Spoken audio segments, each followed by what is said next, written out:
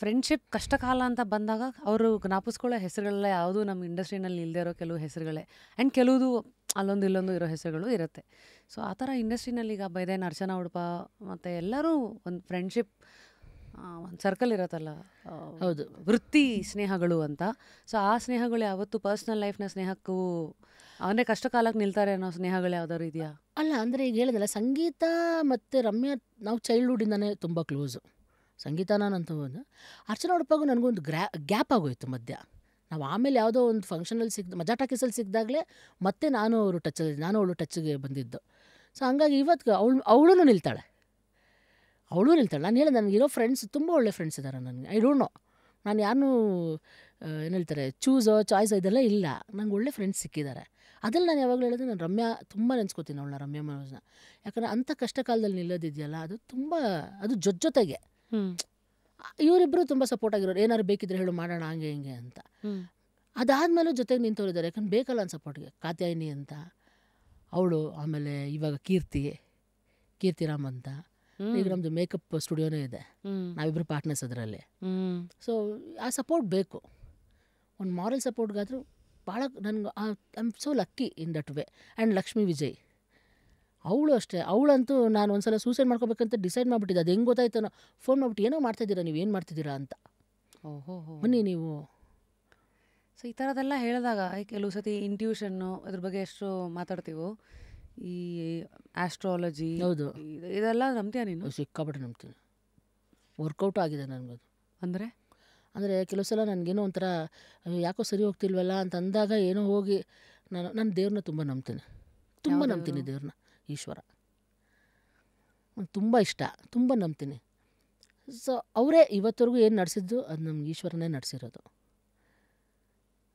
ಅವರೇ ದಾರಿ ತೋರಿಸ್ತಾರೆ. ಎಲ್ಲೋ ಒಂದು ಕಡೆ ಏನೋ ಹೋದಾಗ ನನಗೆ ಯಾರು ಏನು ಹೇಳಿದ್ರು, ನಾನು ತುಂಬ ನಂಬೋರು ಒಬ್ಬರಿದ್ದಾರೆ ಗುರುಗಳು. ಅವರು ಯಾವಾಗಲೂ ಅದನ್ನೇ ಹೇಳ್ತಾರೆ, ಅವ್ರು ಈಶ್ವರನೇ ನಂಬು ಅಂತಾರೆ.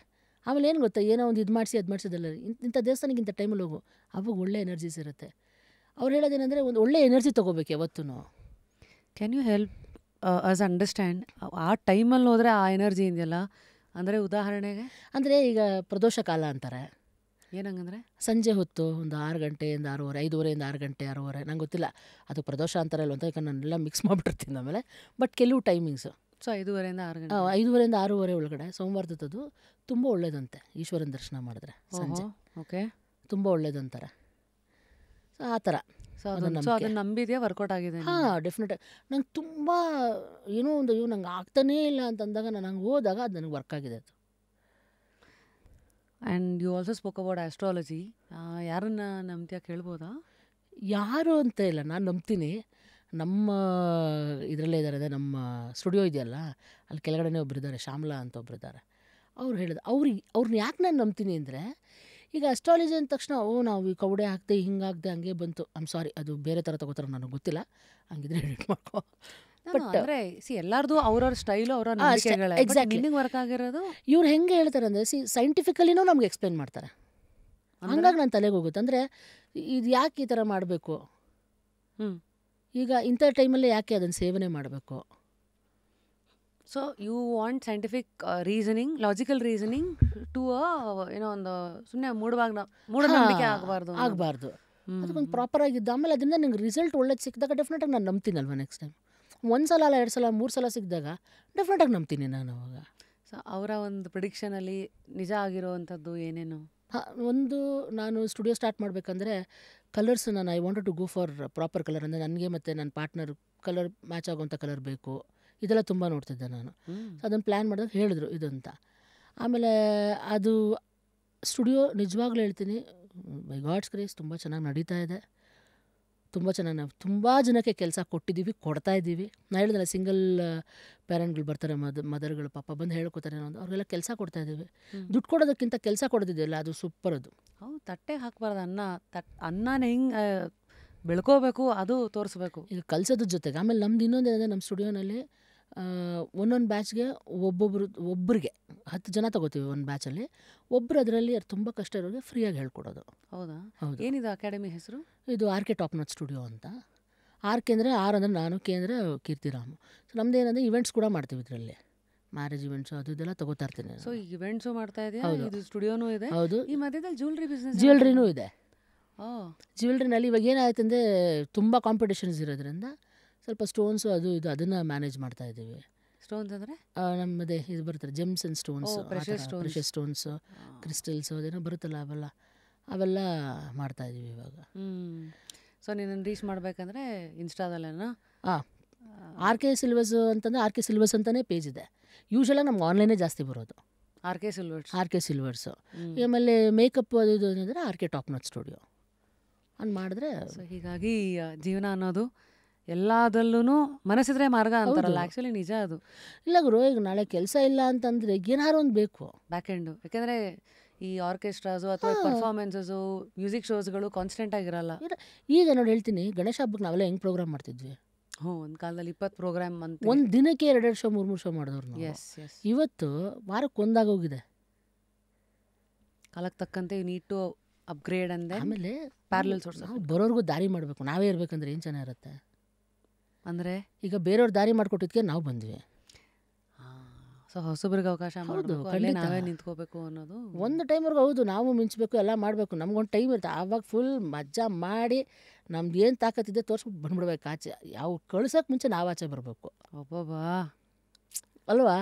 ಯಾವುದೇ ಜಾಗ ನನಗೇನು ಗೊತ್ತೆ, ನಮ್ಗೆ ಯಾರು ಒಂದು ಸೈಡ್ ಲೈನ್ ಮಾಡಬಾರ್ದು. ನನಗಾಗಲ್ಲ ತೊಗೊಳೋಕ್ಕೆ. ನಾವೇ ಆಚೆ ಡೀಸೆಂಟಾಗಿ ಬಂದ್ಗುರು, ಇಲ್ಲ ನೀವು ಮಾಡ್ಕೊಳ್ರಪ್ಪ, ಆಯಿತು ನಮ್ಗೆ ಬೇರೆ ಕೆಲಸ ಇದೆ ಅಂತ. ಇದನ್ನು ದುಡ್ಡಿಗೆ ಹೇಳ್ತಾರೆ. ಅಂದರೆ ಲೈಫಲ್ಲಿ ದುಡ್ಡಿನ ಹಿಂದೆ ಓಡೋದಕ್ಕೆ ಕೊನೆಯೇ ಇರಲ್ಲ. ನಿಮಗೆ ಗೊತ್ತಿರಬೇಕು ಯಾವಾಗ ವೆನ್ ಇಸ್ ಇನಫ್ ಅನ್ನೋದನ್ನ. ಅದನ್ನೇ ನಾನು ಈಗ ನೀನು ಹೇಳಿದೆಯಲ್ಲ, ಆ ಥಿಯರಿಗೆ ತಿರುಗಿಸೋದಾದರೆ ಲೈಫಲ್ಲಿ ಯಾವುದೇ ಸಾಧನೆ, ಹೆಸರು, ಯಾವುದೇ ಒಂದು ಜಾಗಕ್ಕಾದರೂ ಅಲ್ಲಿರೋರ್ಗೂ ಇರಬೇಕು. ಯಾವಕ್ಕದು ಇಲ್ಲ, ಇದು ಯಾಕೋ ಆಗ್ತಿಲ್ಲ ಅನ್ಸುತ್ತೋ ಅವ್ರು ಕಳ್ಸೋಕ್ಕೆ ಮುಂಚೆ ನಾವೇ ಆಚೆಗೆ ಬರಬೇಕು. ಆ ಅರಿವು ನಿನಗೆ ಹೆಂಗೆ ಬರುತ್ತೆ? ಜಜ್ಮೆಂಟ್ ಅಷ್ಟು, okay this is the right time, this is how it has to be done. ಈಗ ಏನಾಗುತ್ತೆ ಗೊತ್ತಾ, ಈಗ ಇದು ನೋನ್ ಫ್ಯಾಕ್ಟು. ರಿಯಾಲಿಟಿ ಶೋಸ್ ಎಲ್ಲ ಚಾನಲ್ಗಳಲ್ಲೂ ಬರ್ತಾಯಿದೆ. ಸೊ ಸಿಂಗರ್ಸು ಹುಟ್ಟುತ್ತಾ ಇದ್ದಾರೆ. ಆಮೇಲೆ ಜನಕ್ಕೆ ಏನು ಗೊತ್ತಾ, ಇವತ್ತು ಒಂದು ತೀರಾ ಅಂದರೆ ನಮ್ಮ ಲೋಕಲ್ ಸಿಂಗರ್ಸ್ ಏನಿದ್ದಾರೆ ಆರ್ಕೆಸ್ಟ್ರಾಗಳು ಅದು ಕೊಡುತ್ತೆ. ಒಂದು ಏನು ಗೊತ್ತಾ, ಒಂದು ಪ್ರಾಪರ್ ಫುಲ್ಲು ಟಾಪ್ ಹೆಸರು ಇರಬೇಕು, ಇಲ್ವಾ ಆರ್ಕೆಸ್ಟ್ರಾದವ್ರಾಗಿರ್ಬೇಕು. ಆರ್ಕೆಸ್ಟ್ರಾದವ್ರಿಗೆ ಹೆಸರಿಲ್ಲ ಅಂತಲ್ಲ, ಬಟ್ ಅವ್ರಿಗೆ ಜೀವನ ಇರುತ್ತೆ. ಯಾಕಂದರೆ ಆರ್ಕೆಸ್ಟ್ರಾ ಅಂದರೆ ಮಾಡಿಸ್ತಾರೆ. ಮಧ್ಯದಲ್ಲಿರೋರು ಇರ್ತಾರಲ್ಲ, ಭಾಳ ಕಷ್ಟ ಅವ್ರಿಗೆ ಲೈಫು. ನೀನು ಕೆಳಗೆ ಇಳಿಯೋಕ್ಕೂ ಆಗೋಲ್ಲ, ಮೇಲೆ ಹತ್ತೋಕ್ಕೂ ಆಗೋಲ್ಲ. ಹತ್ತಷ್ಟರಲ್ಲೇ ಆ ಟೈಮ್ ಹೊಟ್ಟೋಗಿರುತ್ತೆ. ಆಮೇಲೆ ಹೆಸರು ಮಾಡಿದಾಗಲೂ ಅಷ್ಟೇ, ನೀನು ಹೇಳ್ದಂಗೆ ಎಷ್ಟು ವರ್ಷ ನಿಲ್ಲಕ್ಕಾಗತ್ತೆ? ಮುಂಚೆ ಇತ್ತು ಆ ಟೈಮು. ನೀನು ಹೇಳ್ದಂಗೆ SP ಸರ್ ಅಂದರೆ ಅವರೇ, ಜಾನಕಿಯಮ್ಮ ಅಂದರೆ ಅವರೇ, ಸುಶೀಲಮ್ಮ ಅಂದರೆ ಅವರೇ, ತುಂಬ ಆ ಥರ ಇದ್ದು ಆ ಟೈಮು. ಬಟ್ ಈಗಿನ ಟೈಮಲ್ಲಿ ಎಲ್ಲ ಆಗುತ್ತೆ ಹಂಗೆ. ಒಂದು ವರ್ಷ ಬಂದು ಒಬ್ಬರು ಹೆಸರು ಮಾಡಿದ್ರೆ ಮುಗಿ, ನೆಕ್ಸ್ಟ್ ಇಯರ್ ಇನ್ನೊಂದು ರಿಯಾಲಿಟಿ ಶೋ ಬರುತ್ತೆ, ಅಲ್ಲೊಂದಷ್ಟು ಜನ ಹೆಸರು ಮಾಡ್ತಾರೆ. ಸರ್ ನಮ್ಗೆ ಅವ್ರನ್ನ ಕರೆಸಿ, ಸರ್ ನಮ್ಗೆ ಇವ್ರನ್ನ ಕರೆಸಿ, ಮೇಡಮ್ ಅವ್ರು ಇರಲಿ ಸ್ಟೇಜ್ ಮೇಲೆ, ಇವ್ರು ಬರಲಿ. ಜನರ ಚಾಯ್ಸು. ಅಲ್ಟಿಮೇಟಾಗಿ ಏನು ಜನಕ್ಕೆ ಏನು ಬೇಕೋ ನಾವು ಅದನ್ನೇ ಕೊಡಬೇಕು. ಈಗ ಆ ಜಾಗ ನಿನ್ಗೆ ಅವೆಲ್ಲ ಹೇಳ್ಕೊಟ್ಟಿದೆ. ಹೌದು, ಈಗ ನಂದೇ ಹ್ಯಾಂಡಲ್ ಶೋಸು, ಅಲ್ಲಿ ಜನಗಳು ಹೆಂಗೆ ಮಾತಾಡ್ತಾರೆ, ಫೀಡ್ಬ್ಯಾಕ್ ಡೈರೆಕ್ಟಾಗಿ ಸಿಗ್ತಾ ಇರುತ್ತೆ. ಮಜಾ ಏನು ಗೊತ್ತಾ, ಈಗ ನಂದೇ ಶೋ ಹೊಸ ಹಾಡು ಕೇಳ್ತಾರೆ. ನಾನು ಎಷ್ಟೊಂದು ಸಾಂಗ್ ನನಗೆ ಗೊತ್ತೇ ಇರೋಲ್ಲ, ಅಪ್ಡೇಟ್ ಆಗೋಕ್ಕೆ ನಂಗೆ ಟೈಮ್ ಇರೋಲ್ಲ.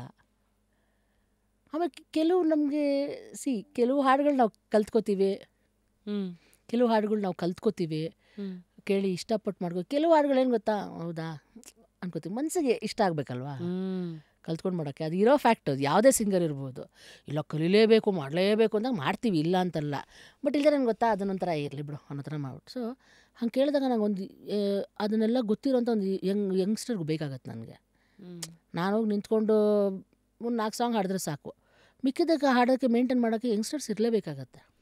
ಆ್ಯಂಡ್ ಆಲ್ಸೋ ಆ ಎಕ್ಸ್ಕ್ಲೂಸಿವಿಟಿ ಮೇಂಟೈನ್ ಮಾಡಬೇಕಂದ್ರೆ ದ್ರಾಕ್ಷಿ ಗೋಡಂಬಿ ಪಾಯಸದ ಮಧ್ಯೆ ಸಿಕ್ಕಿದ್ರೆ ಅದು ಫುಲ್ಲು. ಸೊ ಹಾಗೆ exclusivity that's how you maintain. And then ಇದು